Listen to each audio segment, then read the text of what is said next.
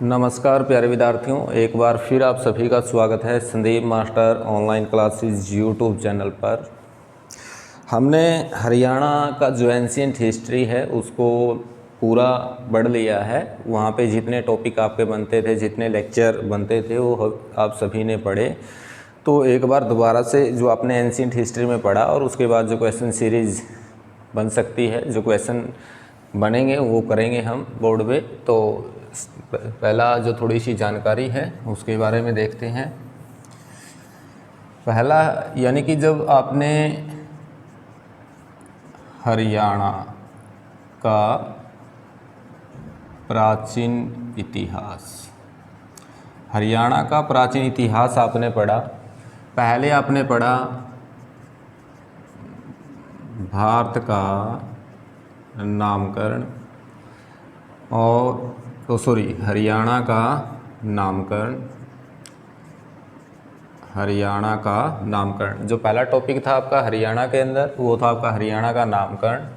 और हरियाणा के बारे में जो बेसिक जानकारी है वो आपने पढ़ी, बेसिक जानकारी। उसके बाद आपने क्या पढ़ा? उसके बाद आपने पढ़ा पूरा पाषाण और नवपाषाण काल पढ़ा। उसके बाद आपने पढ़ा हड़प्पा और सीसवाल सभ्यता। उसके बाद हरियाणा में आपने पढ़ा वैदिक सभ्यता। उसके बाद आपने पढ़ा हरियाणा के अंदर जो एंशिएंट हिस्ट्री से रिलेटेड जितने भी वास्तु अवशेष हैं, वास्तु अवशेष, उनमें आपका चाहे मोहरे हैं, चाहे सिक्के, मोहरे या सिक्के एक ही बात है, या फिर मूर्तियाँ, या फिर आपका अभिलेख, ये सब आपने पढ़े। उसके बाद आपने पढ़ा बौद्ध जैन धर्म हरियाणा में। उसके बाद आपने पढ़ा मौर्य वंश, और इस मौर्य वंश के बाद जो छोटे छोटे गणराज्य हरियाणा में आए थे, पहला आपका जैसे योध्या था, फिर आपका कुणिद था, फिर आपका अर्जुनयान या फिर अगर गणराज्य था। उसके बाद आपने क्या पढ़ा? उसके बाद पढ़ा आपने गुप्त साम्राज्य, और उसके बाद गुप्तोत्तर काल में वर्धन वंश, और फिर बाद में पढ़ा आपने महाभारत व रामायण। और उसके बाद आपने क्या है, क्वेश्चन जो सीरीज़ है, क्वेश्चन सीरीज़, और जो घटनाक्रम है, घटनाक्रम यानी कि तिथियाँ एंशिएंट हिस्ट्री की, वो आपने करनी है। तो हमने लगभग इतना ancient history of Haryana cover कर लिया है। तो एग्ज़ाम पॉइंट ऑफ व्यू के हिसाब से बहुत ज़्यादा है, तो इससे ज़्यादा डीप मेरे हिसाब तो एसएससी में क्वेश्चन जाएगा नहीं। तो यानी कि आपने क्या क्या पढ़ा? हरियाणा का प्राचीन इतिहास, हरियाणा का नामकरण, बेसिक जानकारी, पूरा पाषाण नवपाषाण, हड़प्पा सीसवाल सभ्यता, वैदिक सभ्यता, हरियाणा वास्तुअवशेष, मोहर सिक्के, अभिलेख, बौद्ध जैन, मौर्य वंश, कुणिद, अर्जुनयान, गुप्त साम्राज्य, वर्धन वंश, घटनाक्रम, महाभारत, रामायण। और आज हम क्या करने वाले हैं, हम एंशिएंट हिस्ट्री की जो क्वेश्चन सीरीज़ है वो लगाने वाले हैं, ताकि जो आपने ये थ्योरी टाइप टॉपिक किए हैं, इनमें अगर कमी रही है, कोई पॉइंट आपसे छूटा है, स्किप हुआ है, तो वहाँ पे हम उस चीज़ को कवर कर सकें, या फिर एग्जामिनर कैसे क्वेश्चन आपसे पूछ सकता है, तो उन चीज़ों के बारे में हम आज डिस्कस आपसे करेंगे। तो आइए स्टार्ट करते हैं।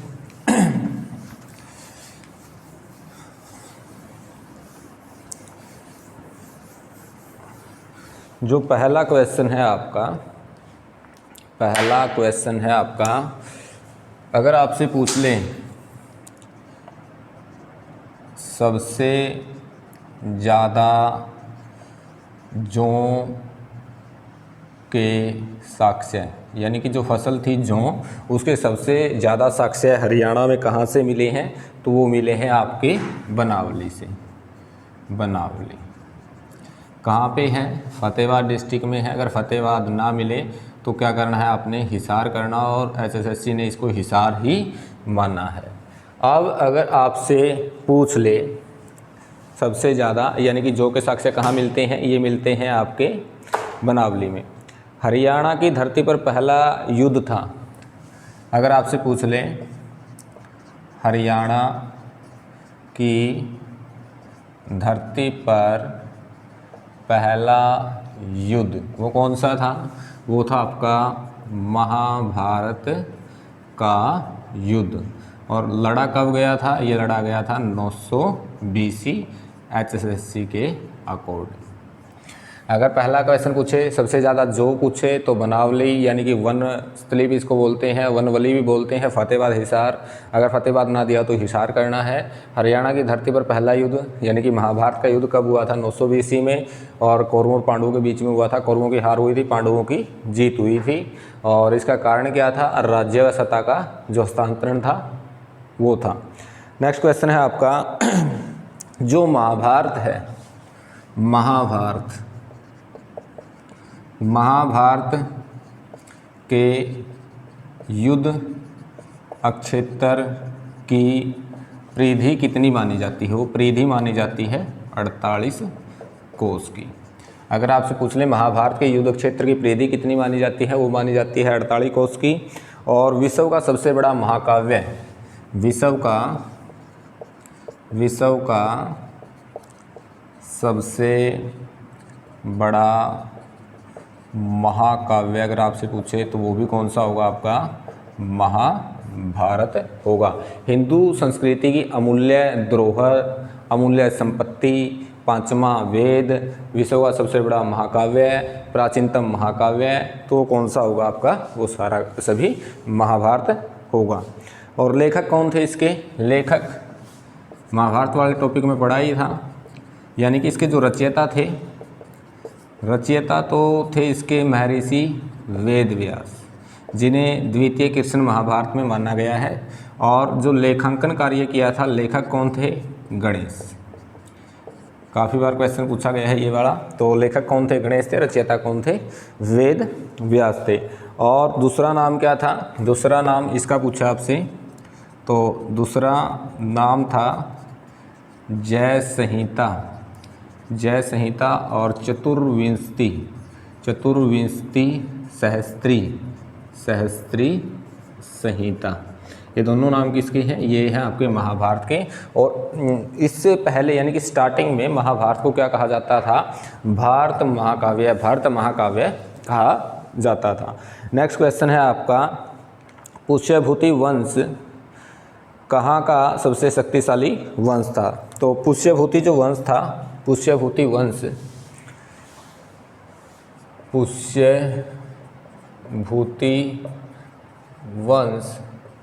उत्तर भारत का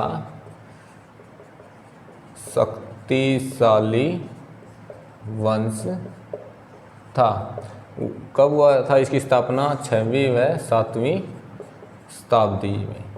महान राजा कौन था? महान राजा था हर्षवर्धन।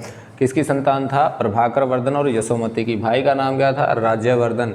और इसका राज्य कवि कौन था? हर्षवर्धन का बाण भट्ट। क्या लिखा था? हर्षश्रित कादम्बरी। और हर्षवर्धन ने प्रियदर्शी का रत्नावली नागानंद। और उसमें क्या कहा गया था? हर्षश्रित में यानी कि इसको श्रीकंठ जनपद कहा गया था। हरियाणा को श्रीकंठ जनपद कहा गया था। नेक्स्ट क्वेश्चन है आपका महाभारत काल में हरियाणा को क्या कहा गया था? सिंपल सा क्वेश्चन है, बहुधान्य कहा गया था। नेक्स्ट क्वेश्चन है आपका महाभारत में श्लोकों की संख्या लगभग 1 लाख है। महाभारत को 5वां वेद कहते हैं। और इसे नेक्स्ट है थानेसर को, जो आपका थानेसर है, थानेसर कहाँ पड़ता है?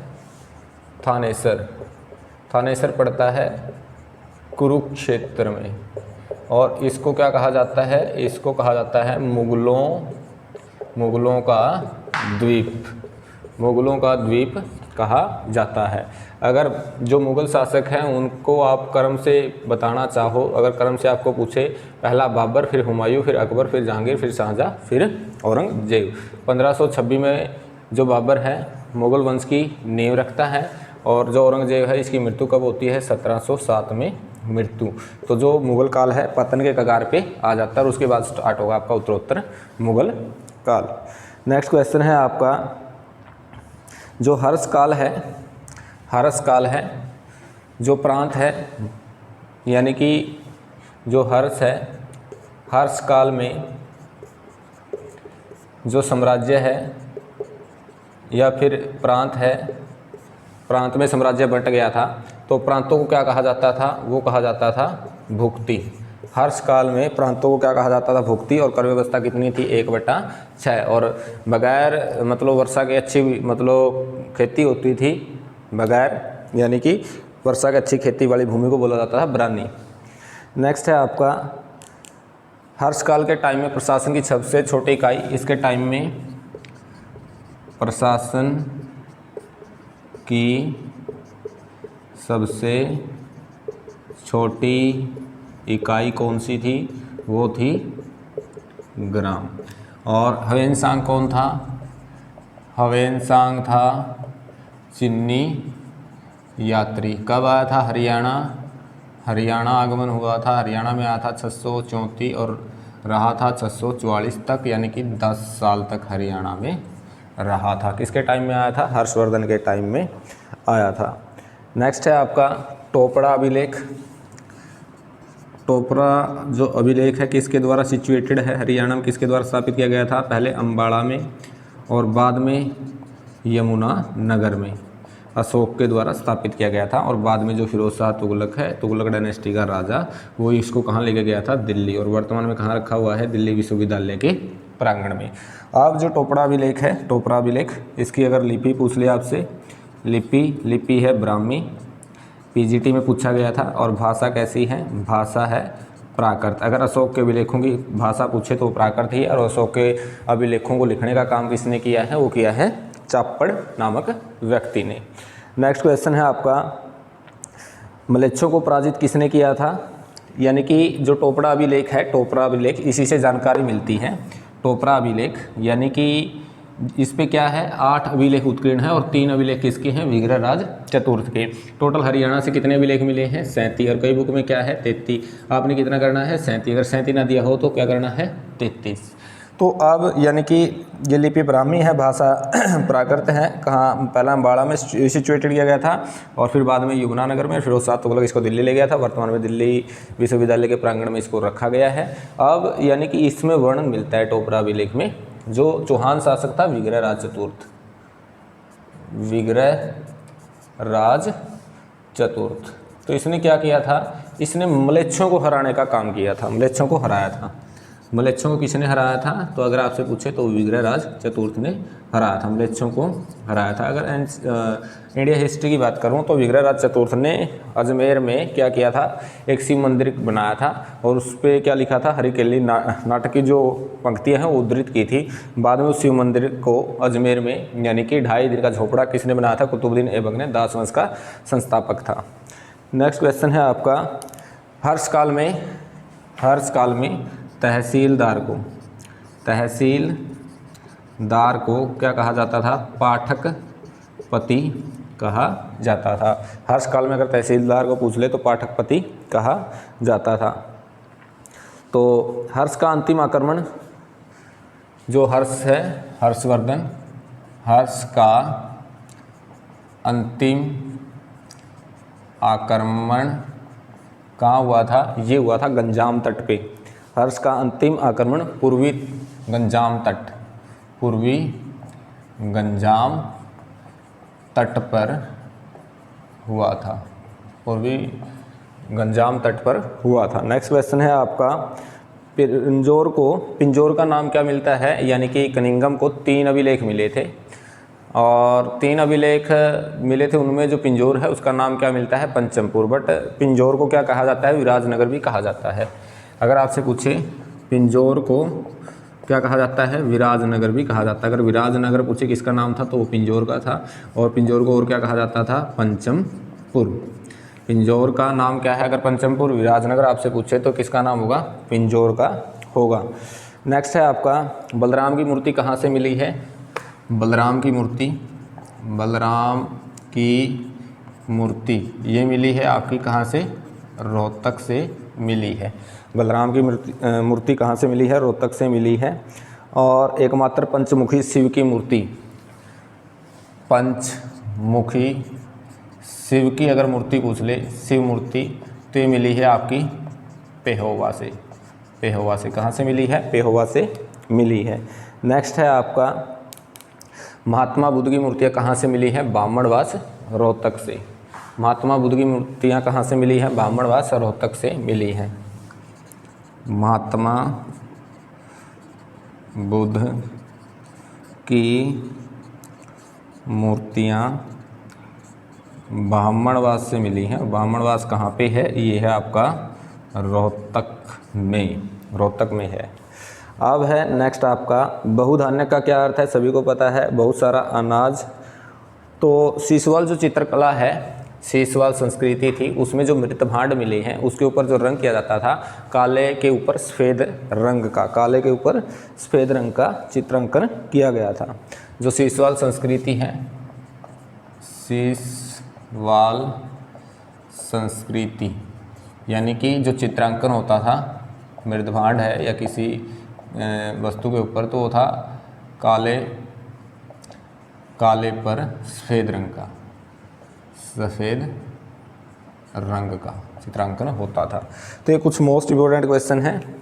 नेक्स्ट क्वेश्चन हम कल वाली वीडियो में करेंगे, नेक्स्ट वीडियो में करेंगे। अगर आपसे पूछे हरियाणा सबसे ज़्यादा जौ के साक्ष्य कहाँ से मिले हैं, बनवाली से मिले हैं, कहाँ पे है, फतेहाबाद डिस्ट्रिक्ट में। अगर फतेहाबाद ना दे रखा हो तो हिसार, और हिसार क्या माना है, SSSC ने अपना आंसर माना है। हरियाणा की धरती पर पहला युद्ध कौन सा था, वो था महाभारत का युद्ध। कब लड़ा गया था, 900 BC में। कई बुक में 950 BC मिलता है, तो बट आपने क्या करना है, SSSC के अकॉर्डिंग 900 BC ही करना है। अगर 900 ना दे रखा हो फिर आपने क्या करना है, 950 BC करना है। महाभारत के युद्ध क्षेत्र की परिधि कितनी थी, 48 कोस थी, ऐसा माना गया। अगर पूछ ले महाभारत के युद्ध क्षेत्र की परिधि कितनी मानी गई है, 48 कोस मानी गई है। विश्व का सबसे बड़ा महाकाव्य अगर आपसे पूछ ले तो महाभारत, रचयिता कौन थे, वेदव्यास, और इनको द्वितीय कृष्ण माना गया है, द्वितीय कृष्ण माना गया है। लेखक कौन था, गणेश था। दूसरा नाम जय संहिता और चतुर्विंशति संहिता। टोपड़ा अभिलेख अम्बाड़ा में पहले सिचुएटेड था, फिर बाद में यमुनानगर में किसने स्थापित करवाया था, वो करवाया था आपका अशोक ने, और बाद में फिरोज शाह तुगलक इसको कहाँ लेके गया था, दिल्ली। और इसकी लिपि कैसी है, ब्राह्मी, और भाषा कैसी है, प्राकृत। विग्रहराज चतुर्थ ने क्या किया था, मलहेशों को हराया था। टोपरा अभिलेख में जानकारी मिलती है। टोटल अभिलेख कितने मिले हैं, 37। अगर 37 नहीं है तो कितने करने हैं, 33। 5 श्रेणियों में मिले हैं। और जो टोपरा अभिलेख है इस पे 8 अभिलेख या कई बुक में 7 अभिलेख उत्कीर्ण है, और 3 अभिलेख किसके हैं, विग्रहराज चतुर्थ के। और विग्रहराज चतुर्थ क्या था, चौहान शासक था। हवे इंसान क्या था, चिन्नी यात्री था। हरियाणा में कब आया था, 634 से 644 BC में। और हरियाणा में कितने साल रहा था, 10 साल रहा था। पुष्यभूति वंश उत्तरी भारत का शक्तिशाली वंश था, और इसकी स्थापना 7वीं शताब्दी में हुई थी। और इसी शताब्दी में बाणभट्ट की हरित में जो कुरुक्षेत्र वाला एरिया हरियाणा है उसको श्रीकंठ जनपद कहा गया था। थानेसर कुरुक्षेत्र को मुगलों का द्वीप भी कहा जाता है। अगर जो ट्रिक है मुगल सम्राटों की अगर पूछे तो बाबर, हुमायूं, अकबर, जहांगीर, शाहजहां, औरंगजेब। हर्ष काल में साम्राज्य प्रांतों में बंटा हुआ था। प्रांतों को क्या कहते थे, भुक्ति कहते थे। प्रशासन की सबसे छोटी इकाई कौन सी थी, वो थी आपकी ग्राम। और तहसीलदार को हर्ष काल के टाइम में, हर्षवर्धन के टाइम में क्या कहा जाता था, पाठकपति कहा जाता था। हर्ष का अगर अंतिम आक्रमण आपसे पूछ ले तो होगा पूर्वी गंजाम तट पे हुआ था। अगर सीसवाल संस्कृति में चित्रांकन पूछ ले तो काले रंग पर सफ़ेद रंग का चित्रांकन होता था, मिलता था। बलराम की मूर्ति अगर आपसे पूछ ले तो रोहतक से मिली है। अगर पंचमुखी शिव की मूर्ति अगर आपसे पूछ ले तो कहाँ से मिली है, वो मिली है आपकी पेहोवा से। तो उम्मीद करते हैं आपको वीडियो अच्छी लगी होगी, तो प्लीज़ चैनल को लाइक, शेयर और सब्सक्राइब करना ना भूलें। Okay, thank you, good luck.